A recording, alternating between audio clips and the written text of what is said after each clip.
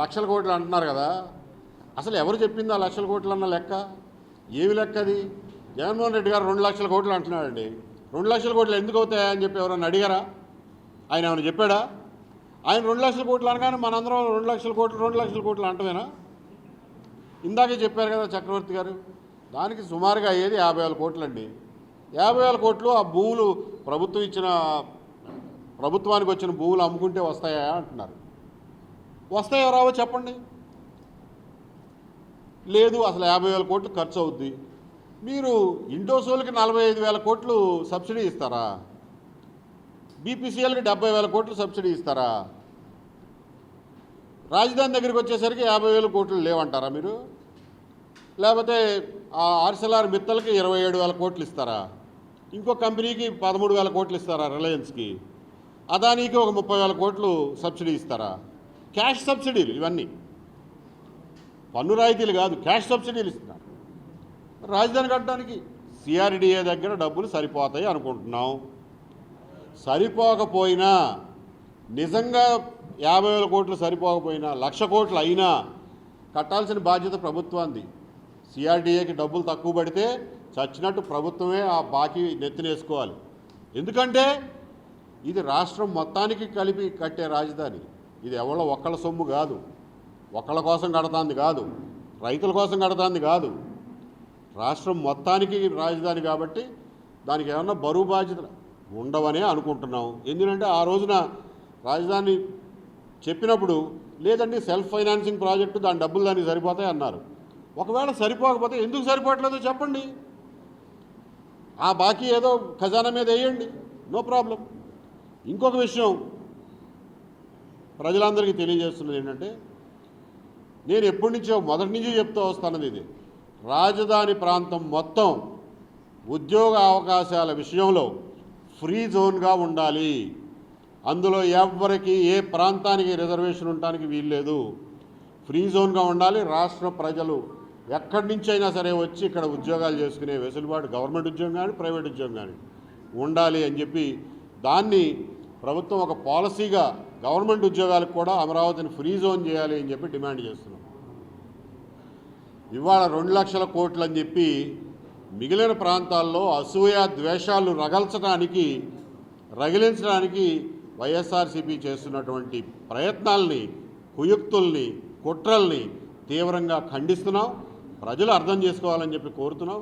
దానికి 2 లక్షల కోట్లు యాక్చువల్గా ఖర్చు కాదు. ఎంతైతే అంత సిఆర్డీఏ భరించాలి, ఆ భూములు అమ్ముకుని రాబట్టుకోవాలి.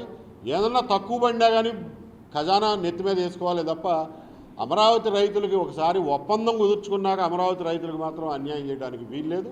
అది మన ప్రజలుగా మన రాష్ట్ర బాధ్యత.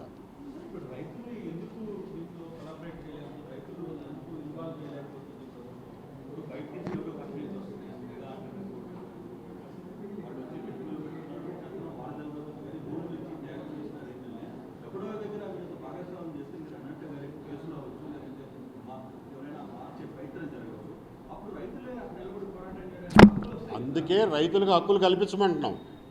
అమరావతి నిర్మాణంలో రైతుల్ని ఇన్వాల్వ్ చేయాల్సిన అవసరం లేదు. వాళ్ళు ఒక కాంట్రాక్చువల్ అగ్రిమెంట్ అండి. కాంట్రాక్ట్లో వీళ్ళు ఒక పార్టీ, గవర్నమెంట్ ఒక పార్టీ. సరిపడా హక్కులు కల్పించండి. సో దట్ రేపు పొద్దున వచ్చే గవర్నమెంట్ పిచ్చి వేషాలు, తింగర వేషాలు వేస్తే కాంట్రాక్చువల్ పార్టీగా వాళ్ళ హక్కుల్ని వాళ్ళు కాపాడుకునే అవకాశాలు కల్పించండి అంటున్నాం. ఆ హక్కులు క్రియేట్ చేయండి అంటున్నాం.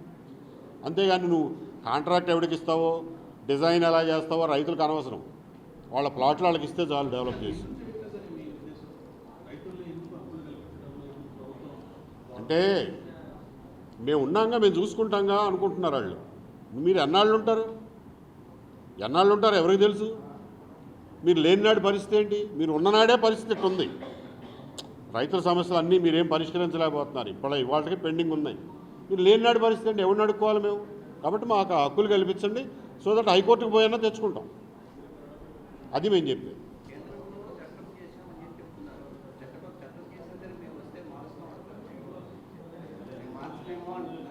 ఏమంటే చట్టం చేసిన వాళ్ళు మార్చే హక్కు కూడా వాళ్ళకు ఉందిగా. కేంద్రానికి కూడా, కేంద్ర ప్రభుత్వం గత 5 సంవత్సరాల్లో ఏం చేశారు మీరు చూడలేదా? వాళ్ళేగా ఎఫిడవిట్ రాసి ఇచ్చింది.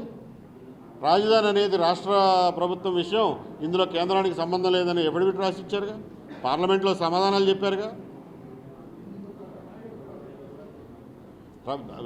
బీజేపీ రాష్ట్ర నాయకులు ఏం మాట్లాడారో గుర్తుందిగా మీకు.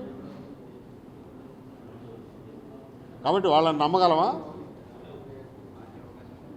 మన హక్కుల్ని మనం చట్టపరంగా రాసి పెట్టుకోవాలి. కోర్టులో ఎన్ఫోర్స్ చేసుకోగలిగిన హక్కుల్ని రాసి పెట్టాలి.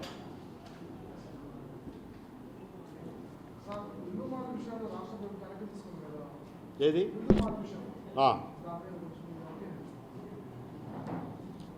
సంతోషించదగ్గ విషయమే. మేము లూలు మాల్ విషయంలో ముఖ్యంగా నేను ఎప్పుడు మాట్లాడలేదు, చక్రవర్తి గారు 1-2 సార్లు మాట్లాడారు. మేమనేది ఏంటంటే, మీరు ఓకే విజయవాడ బస్ స్టాండు వాడటం లేదు, మనం 4 ఎకరాల పొలం ఉంది, మంచి పొలం, మంచి స్థలం, నడిబొడ్డున ఉంది, దాన్ని దేనో దానికి ఉపయోగించాలన్నప్పుడు మీరు అనౌన్స్ చేయండి, ఓపెన్గా అనౌన్స్ చేయండి. ఏమంటే ఇది షాపింగ్ మాల్కి ఇస్తాం, ఒక్క నిమిషం టైం ఇవ్వండి, దీన్ని షాపింగ్ మాల్కి ఇస్తాం, ఇంట్రెస్ట్ ఉన్నాడు రండి, మీ బిడ్లు వేయండి అంటే 10 మంది వచ్చేవాళ్ళు.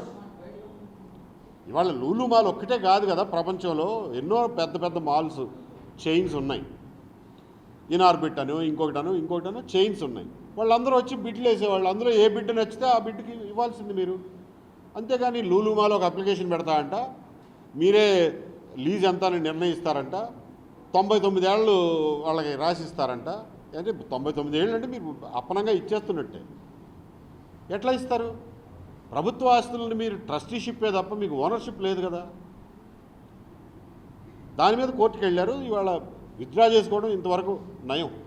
విత్డ్రా చేసుకోకపోతే కోర్టు అయినా కొట్టేసేదేమో నాకు అనుమానం.